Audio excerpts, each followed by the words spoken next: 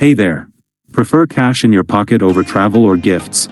Redeeming your Amex membership rewards points for cash back is a simple way to turn points into statement credit or a direct deposit.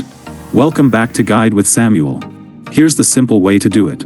In your Amex account, go to the Membership Rewards Redemption section. One of the options will be Statement Credit or Cash Back. You can typically apply points directly to your Amex card balance at a fixed rate, often around 0.6 to 1 cent per point.